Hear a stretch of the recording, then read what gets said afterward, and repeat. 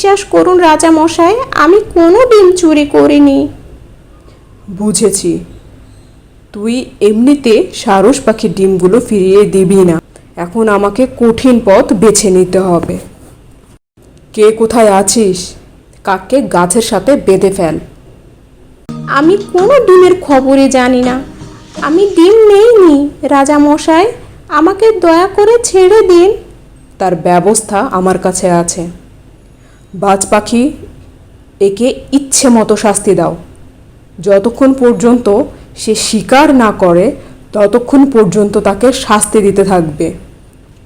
রাজামশাইয়ের কথা মতো বাজ পাখি কাকের উপর আক্রমণ শুরু করলো। বাজ পাখি যখন কাককে মারতে লাগলো, কাকের শরীর থেকে রক্ত বের হতে লাগলো আর কাক চিৎকার করে কাঁদতে লাগলো। বিশ্বাস করুন রাজা মশাই, আমি সারস পাখির ডিম চুরি করিনি।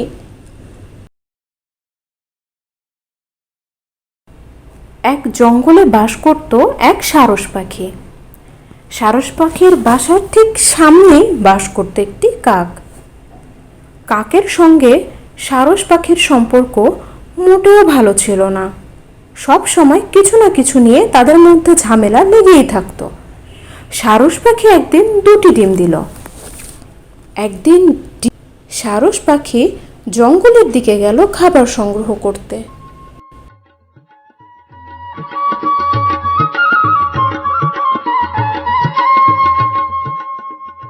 খাবার সংগ্রহ করে যখন বাসায় ফিরল, তখন দেখলো বাসায় তার ডিম 2টি নেই।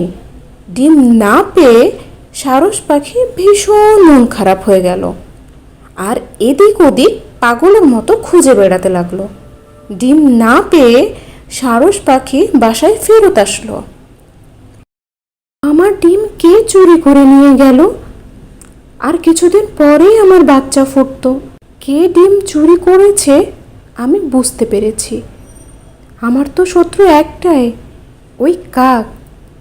আমার মনে হয় সেই চুরি করেছে।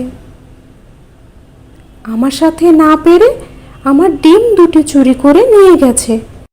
ওই কাক বেটাকে আমি ধরি, তাহলেই আমার ডিমগুলি ফেরত পেয়ে যাব।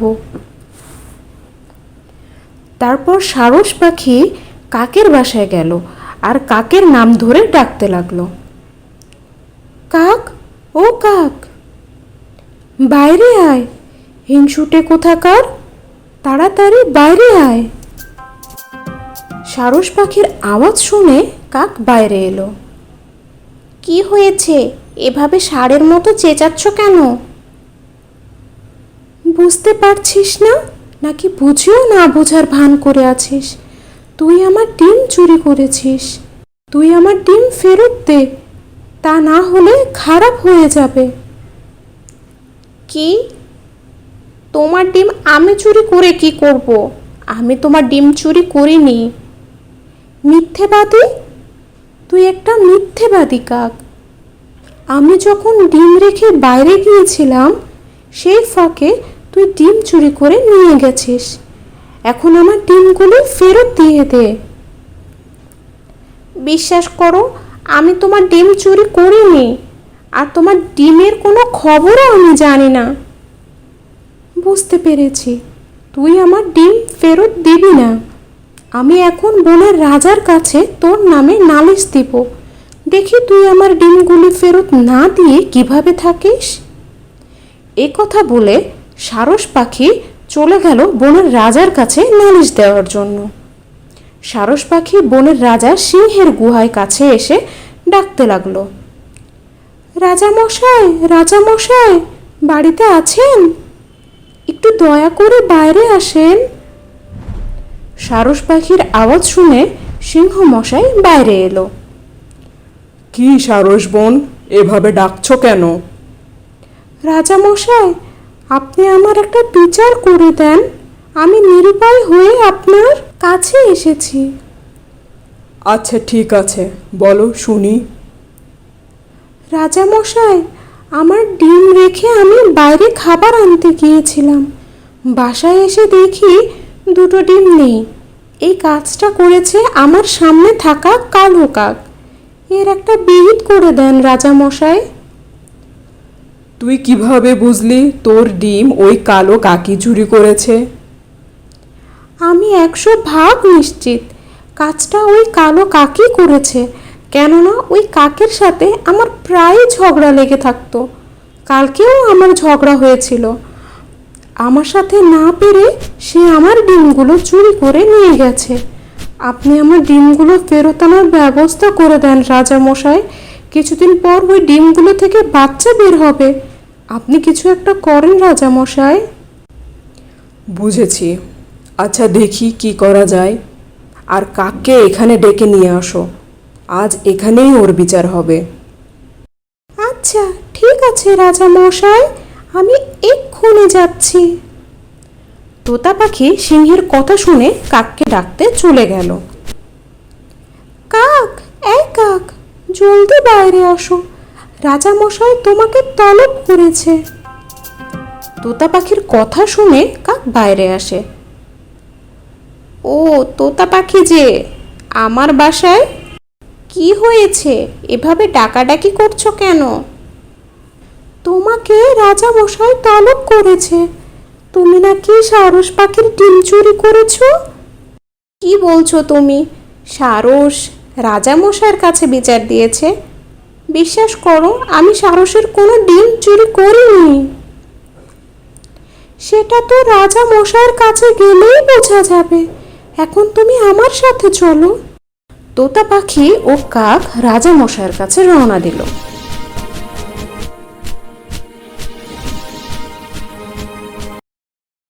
রাজা মশাই, আপনি নাকি আমাকে জরুরি তলব করেছেন? হ্যাঁ, তুমি নাকি সারসের ডিম চুরি করেছো? না রাজা মশাই, বিশ্বাস করুন, আমি সারস পাখির কোনো ডিম চুরি করিনি।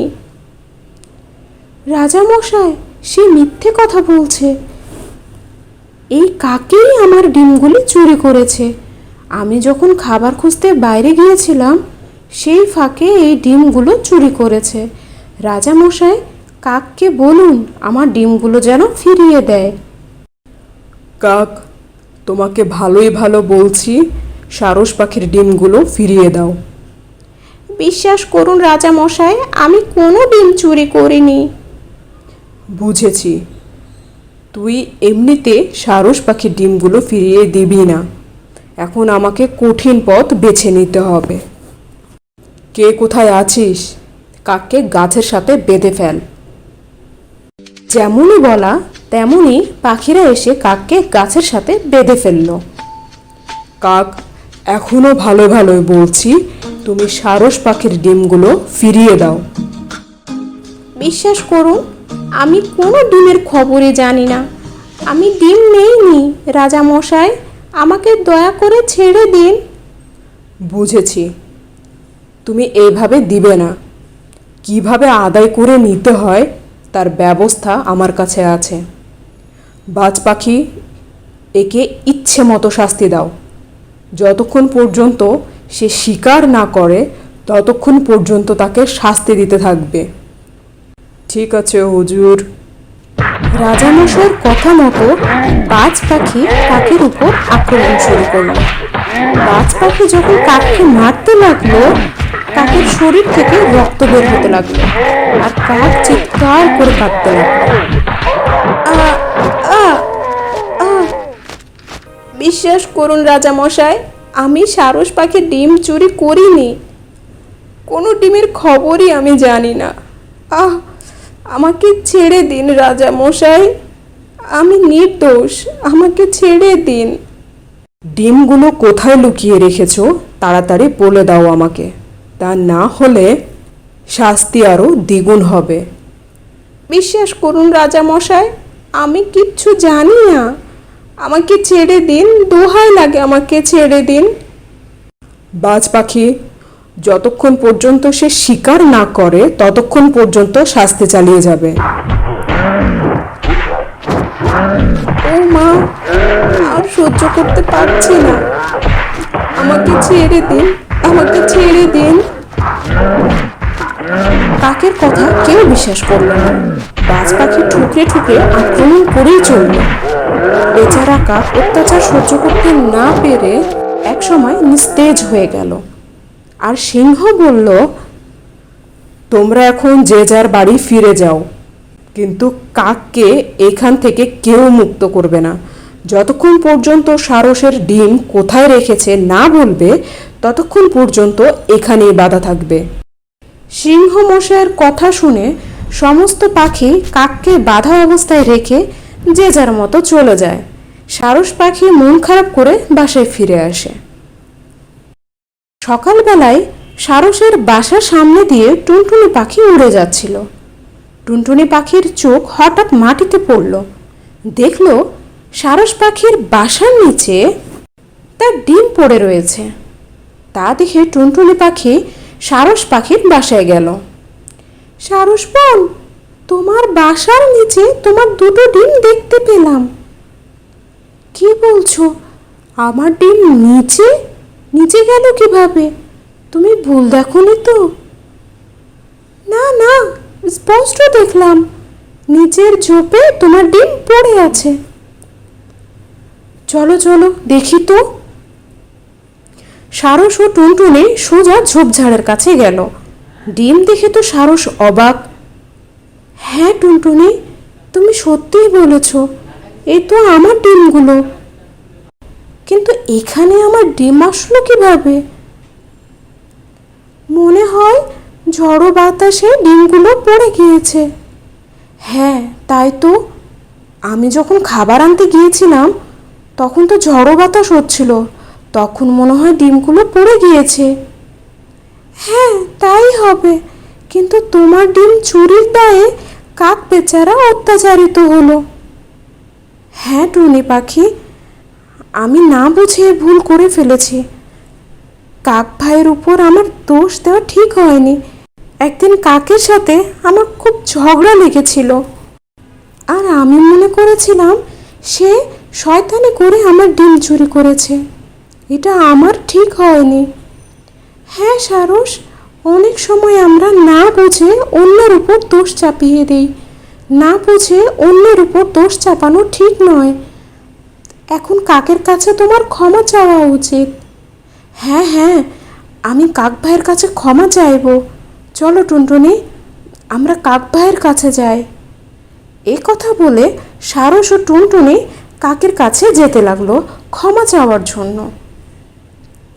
রাজামশাই, রাজামশাই, আমি একটা বড় ভুল করে ফেলেছি। কি হয়েছে সারস পাখি? কি ভুল করেছো তুমি? রাজামশাই, আমি আমার ডিম পেয়ে গেছি। ওই কাক ভাই একদম নির্দোষ। কাক ভাইয়ের কোনো দোষ নেই। আমার ডিম ঝড়ে নিচে পড়ে গিয়েছিল। আপনি কাক ভাইকে ছেড়ে দিন। এটা তুমি কি করলে? তোমার জন্য কাক এত অত্যাচার সহ্য করলো, অকারণে তুমি তাকে এত হেনস্থা করলে, তোমার ভুলের জন্য এত শাস্তি পেতে হলো তাকে। সিংহের কথা শুনে সারস পাখি মাথা নিচু করে দাঁড়িয়ে রইল। এই কে কোথায় আছিস? কাকের বাঁধনটা খুলে দে। কাকের বাঁধন খুলে দেওয়ার সাথে সাথে কাক মাটিতে লুটিয়ে পড়ল এবং মারা গেল। এ কি, কাক ভাই তো মাটিতে লুটিয়ে পড়ল। আমার একটা ভুলের জন্য কাক ভাই মারা গেল। আমি কাক ভাইয়ের কাছে ক্ষমা চাইতে পারলাম না। আমাকে তুমি ক্ষমা করে দাও কাক ভাই। আমি না বুঝে তোমার উপর অপবাদ দিয়েছি। তুমি আমাকে ক্ষমা করে দিও কাক ভাই।